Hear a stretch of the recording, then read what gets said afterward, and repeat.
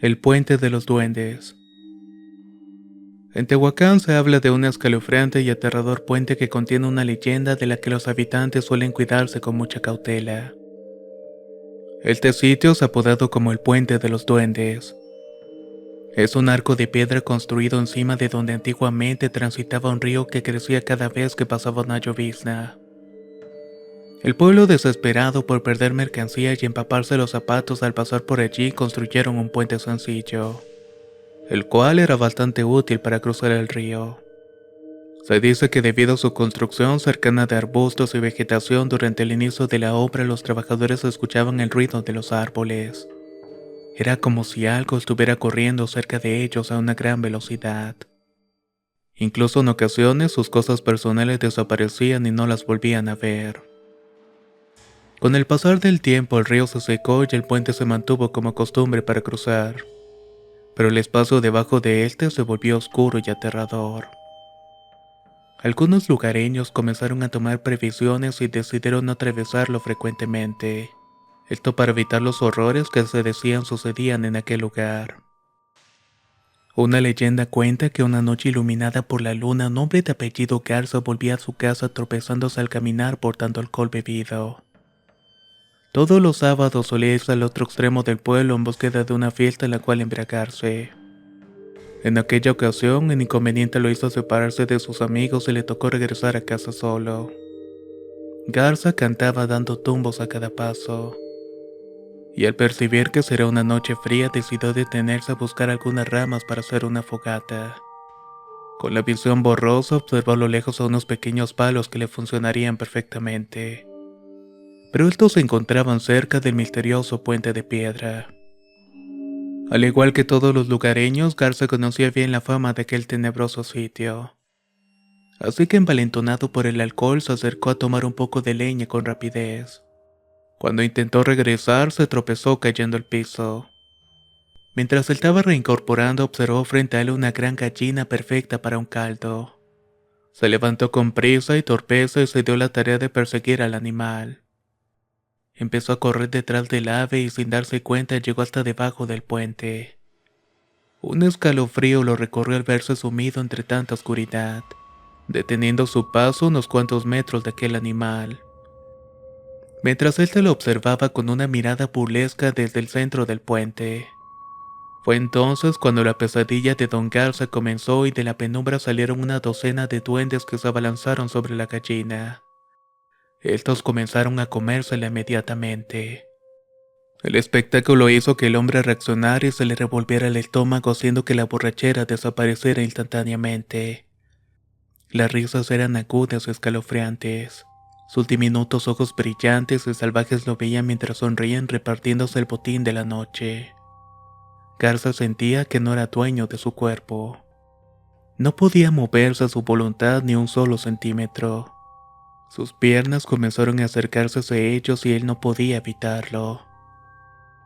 Las pequeñas criaturas lo observaron bajo el hechizo y susurraron entre ellos con sus garras y bocas llenas de sangre. El hombre luchó contra aquel sentimiento y en arrebato de voluntad se persignó pidiéndole a Dios que salvara su alma. Aquel gesto hizo que los duendes se enfurecieran y gritaran corriendo hacia él. Los monstruos no llegaron a tocarlo porque el hombre logró huir en el momento.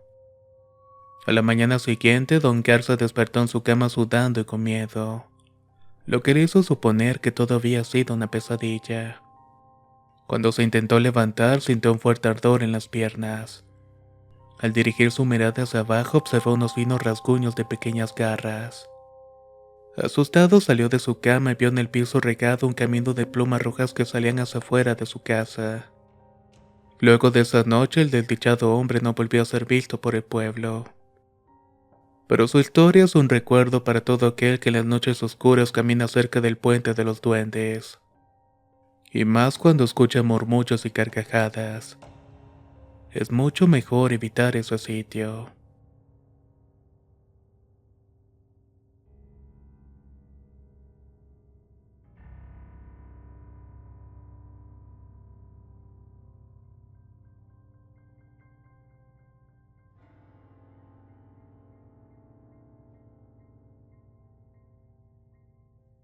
La casa de los muñecos. Hay lugares que contienen en sus relatos amores prohibidos, crueles y finales o discusiones familiares. Pero hay otros que tienen en sus muros historias y misterios que son parte de las intenciones de los propietarios, los cuales muchas veces no construyen para honrar o adular a alguien, sino más bien para dejar un claro recordatorio sobre su poder. El caso de la Casa de los Muñecos es muy peculiar. Su propietario mandó construirla en el siglo XVIII, y su mayor enigma consiste en 15 imágenes diseñadas en azulejos donde se puede observar distintos personajes burlescos. Todo comenzó cuando un caudillo adinerado decidió mandar a construir una propiedad de 3 pisos de alto. Todo iba encaminado hasta que los concejales y el alcalde notaron que la casa sería más alta que el palacio municipal. Razón perfecta para que se le negara dejar que el proyecto continuara, indicaron que se le tenía prohibido construir sin un permiso. La obra se detuvo en cuestión de días, lo suficientes para que el caudillo se entrevistara con sus amigos cercanos que poseían el poder de pasar por encima del ayuntamiento. De esta manera podría continuar con el permiso para continuar con la construcción. En vista de la oposición de los concejales con respecto a la finalización de la casa y con ganas de vengarse, el propietario mandó construir un estilo azulejo 15 imágenes que se encuentran en la fachada de la casa. Estas mismas son una representación de cada uno de los que conformaban el ayuntamiento y se habían negado a la obra. La imagen del cazador dejó en exposición la práctica interesante de cacería de uno de los miembros. Otro posee un arma de madera que lo define como un cavernícola y dictador. A su lado está representado un médico importante de la época, al cual lo muestran con un hombre de poca credibilidad y mala reputación. Las siguientes imágenes están hechas para burlarse de los defectos del ayuntamiento, tales como la hipocresía, la avaricia, la apariencia falsa y la terquedad. La mayoría de los personajes tienen por lo menos 2 imágenes que lo representan. En ellas se plasman desde los problemas económicos hasta deformidades animales. Todo esto descalificando a los concejales encargados del ayuntamiento. Curiosamente, el propietario consiguió su cometido. Se inmortalizó en la ahora llamada la Casa de los Muñecos. Todas sus burlas hacia aquellos que se negaban a la construcción de su hogar, el cual ahora es custodiado por 15 imágenes que le recordaron su triunfo contra aquellas personas.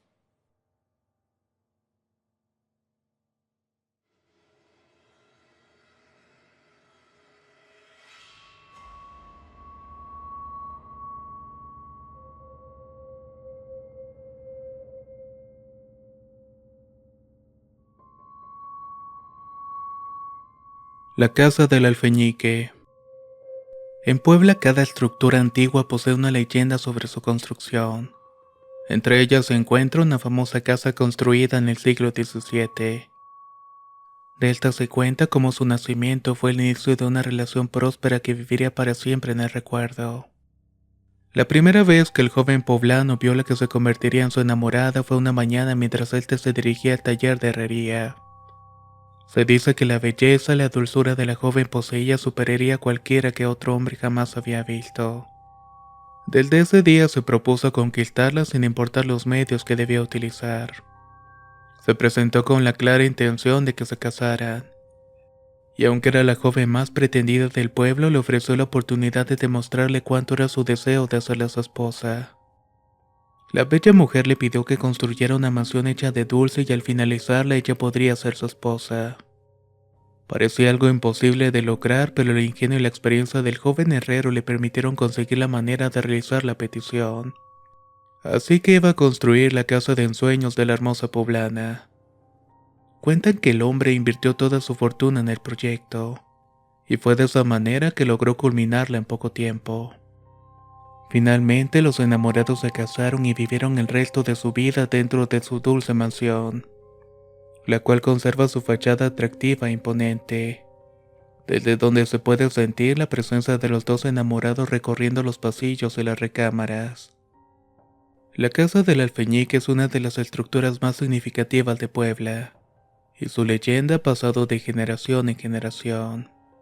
Su alta estructura barroca rodeada de paredes decorativas le dan un toque curioso y atrayente. Mientras tanto, en las paredes se puede apreciar la imitación de la figura del famoso dulce de alfeñique, el cual es muy famoso en la ciudad y era el favorito de la esposa del constructor.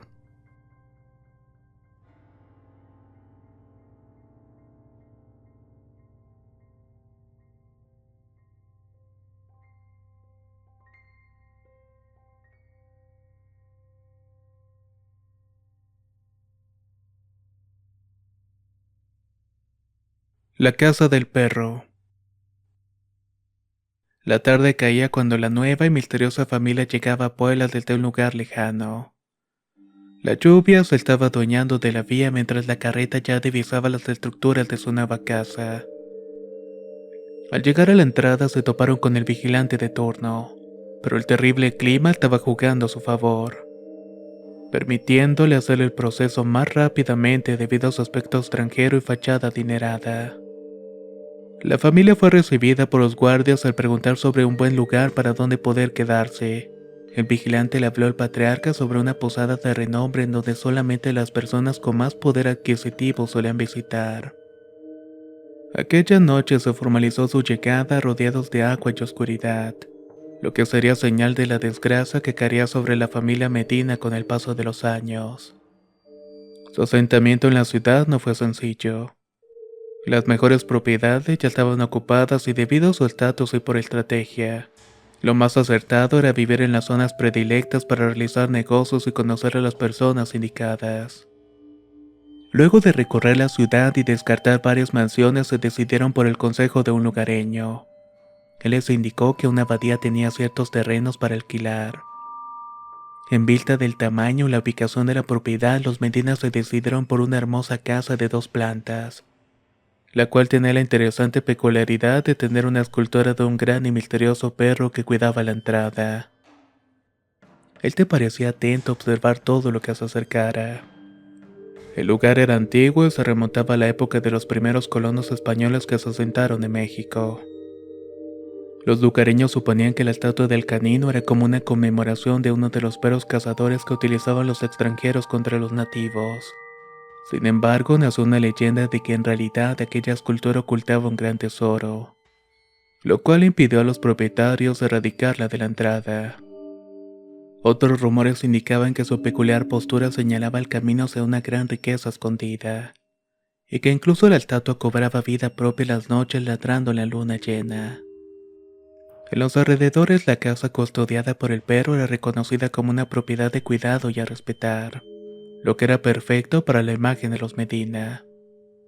Optaron por arrendar la mansión y vivir allí, asistiendo a todos los eventos de la comunidad y haciendo relaciones sociales, organizando bailes y celebraciones donde se encontraban todas las personalidades importantes de Puebla. Don Miguel Medina se ganó su puesto en la alta sociedad debido a sus fiestas gigantes que recibían a políticos y altos cargos eclesiásticos. Su profesión de comerciante le afianzó su posición final e incrementó sus ganancias, dándole así el título de noble. Consiguió los mejores tratos con los intercambios de China, negocio en el cual su fortuna se vio afianzada. Cuando la mercancía traída de Asia llegaba al puerto, el patriarca de la familia Medina tenía la prioridad de ir a buscar los mejores productos de mueblería, materiales y alimentos del Oriente. Para la época, los artículos asiáticos eran de primera necesidad. Era imposible imaginar una casa de alto estatus sin vajilla de porcelana o telas de seda, lo cual usaba de código para saber con quién mezclarse. El principal atractivo asiático de la época eran los sirvientes chinos, traídos en embarcaciones y vendidos como cocineros de servidumbre. Tener un empleado asiático en aquel tiempo era símbolo de riqueza.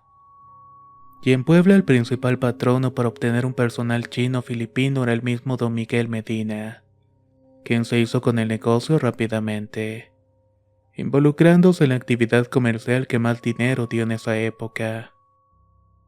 Todo transcurría con éxito para la recién llegada familia.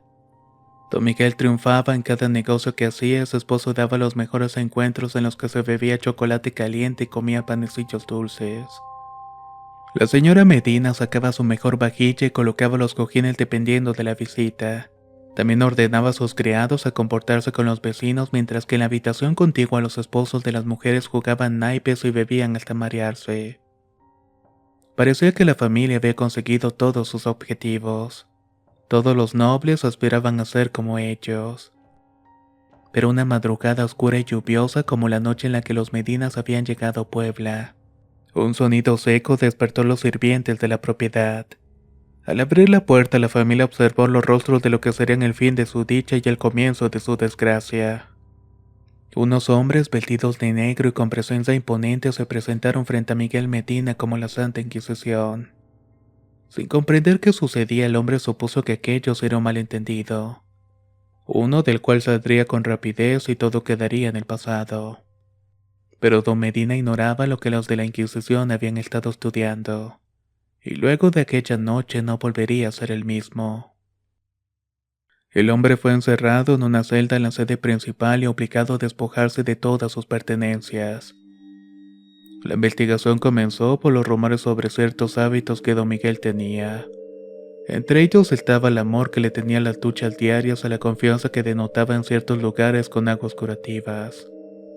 Para los españoles, bañarse a diario era un mal hábito que causaba problemas físicos y de salud, por lo que los católicos ortodoxos no solían ducharse a menudo, a diferencia de otras religiones que sí cumplían esta actividad a diario.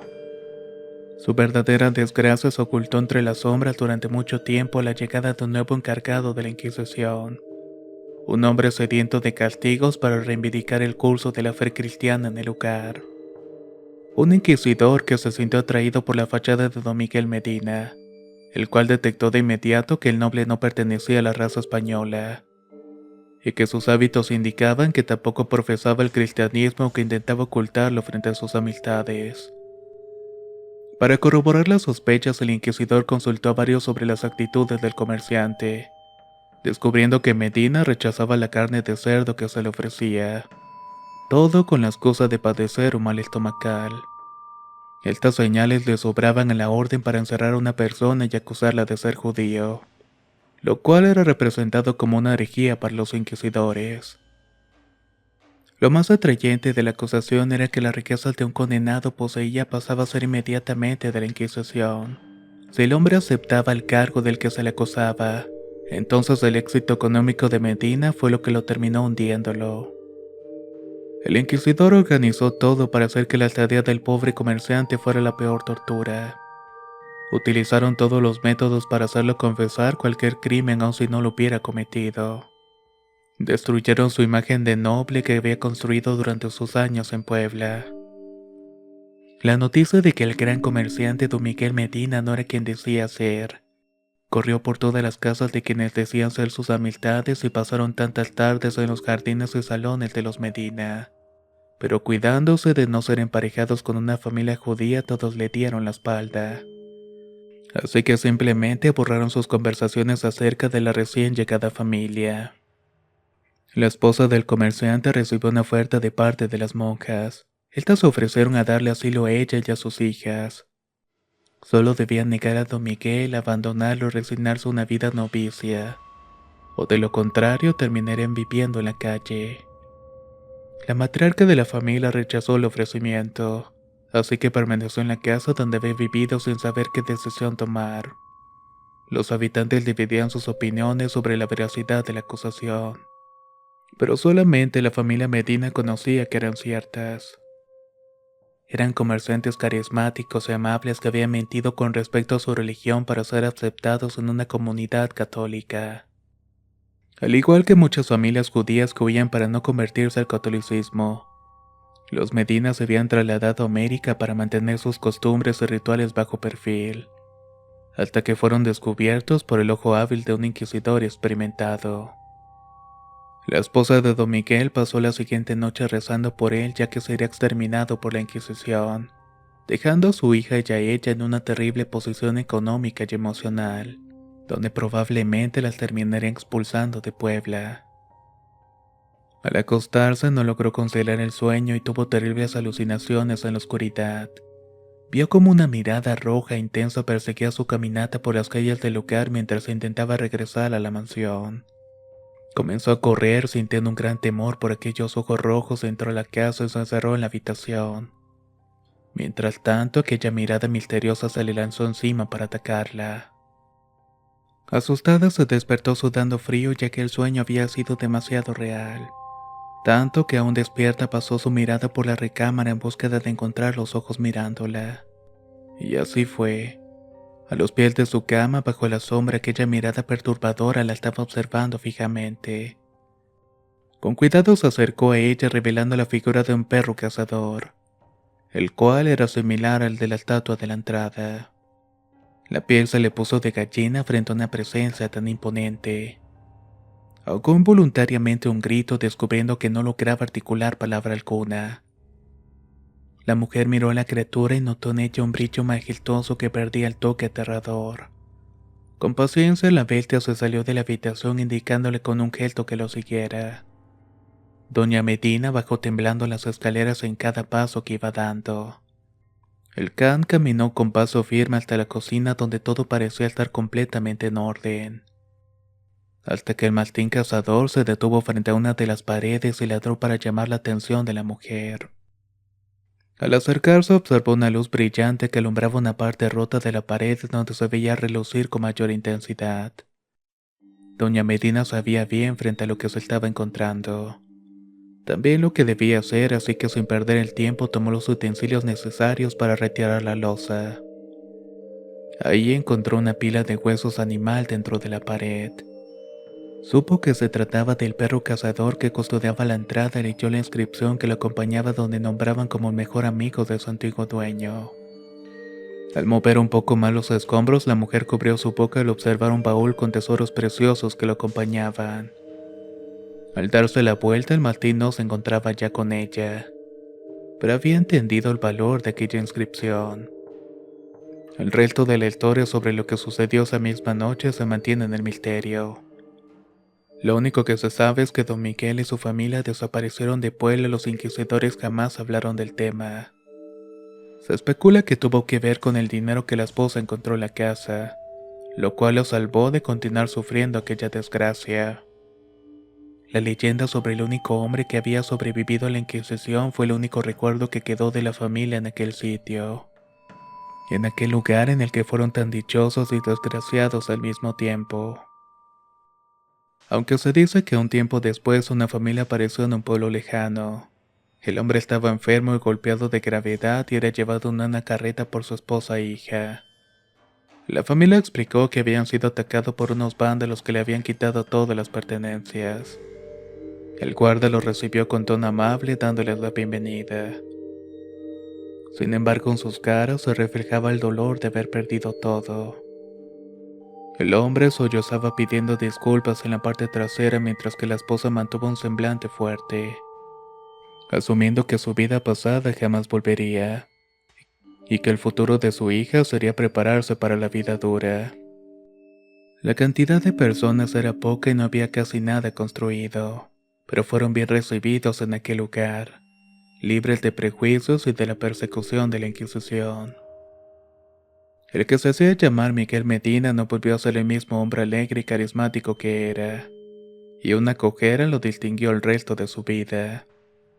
Su familia mantuvo una vida humilde hasta el final de los días, convirtiéndose así en una de las primeras familias más importantes de Monterrey.